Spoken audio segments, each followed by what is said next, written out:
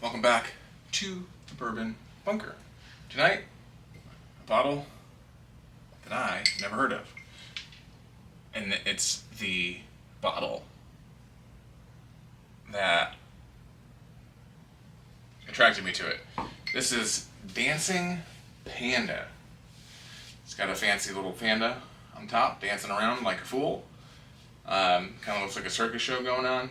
But it's aged 10 years and it's 100 proof. And it was $60. It was a $60 gamble. So it's been sitting for a minute, open it up. I think that's kind of a better way of doing it, because if you just pour it out and it's not opened up, then you're not going to get a full tasting experience and review from me on it. So this is I said I've never really heard of it.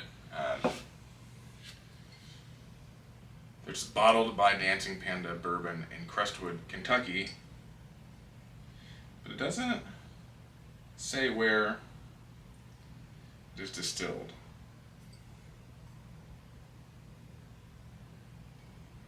I should have done more research, but yeah, doesn't say where it's from. So let's see what this is all about.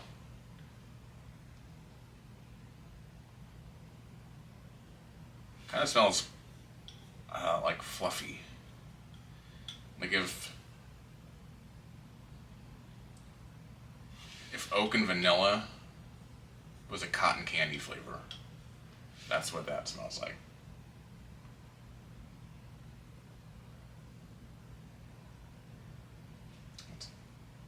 That's all it smells like. Oak and vanilla cotton candy. It's got a little bit of sweetness, a little bit of oak,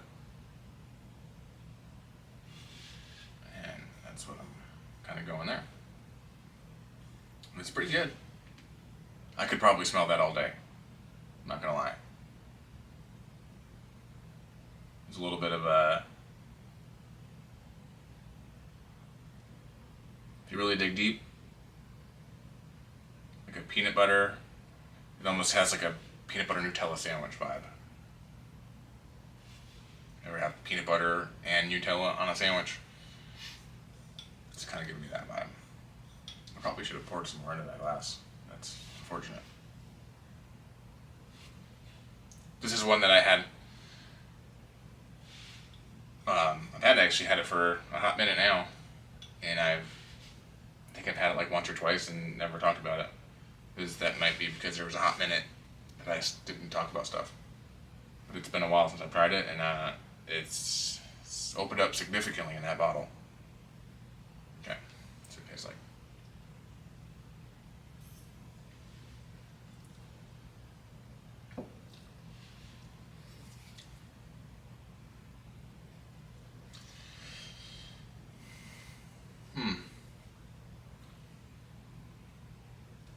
Okay, that kind of Nutella thing went away, but it's kind of got like a creamy like a peanut butter in bread.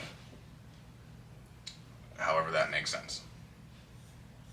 But it was a little bready. Like a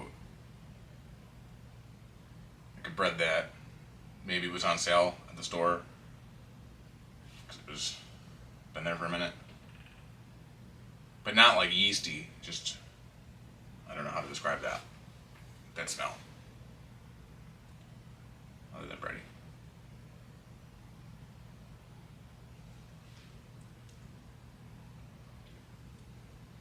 Yeah. That drink's above 100 proof. In a good way. It is packing a punch with some heat for 100 proof. Now, if I would have come off of like drinking, 120 proof or something, maybe it wouldn't be so bad. But this is first sips of the night. But usually 100 proof doesn't hit like that. That's why I say it. But it does kind of have a caramely, peanut buttery sandwich. Because I'm getting bread.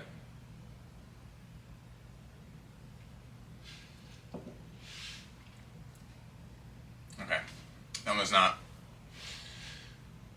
hitting so hard. I think that bready kind of situation that I'm getting is kind of like the oak came through on that one.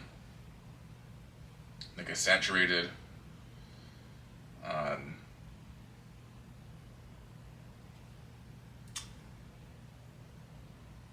it's almost like an old wooden stool. I don't know. It's just kind of what I got there. But it does have kind of a classic bourbon vibe. It kind of got a touch of like oldness. I think a lot of people kind of go to like a old book. I went to an old wooden stool in an old shop.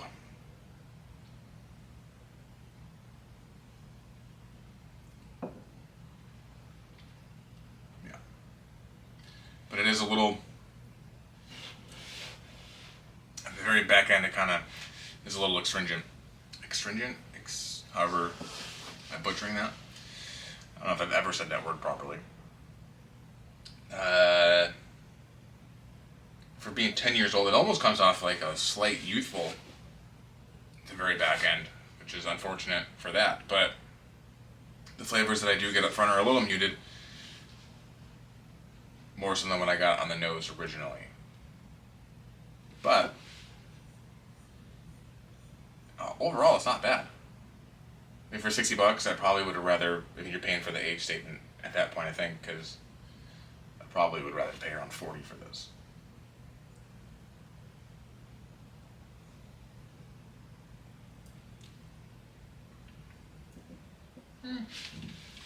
Yeah, 40, 50 bucks.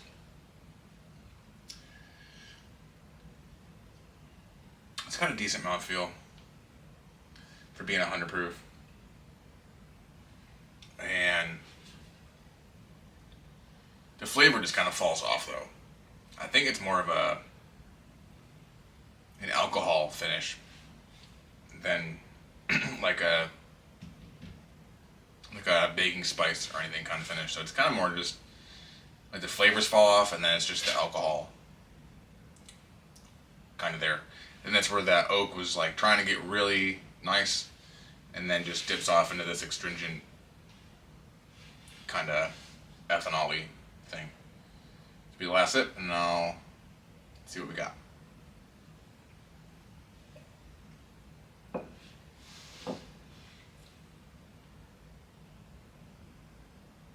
Yep, it is.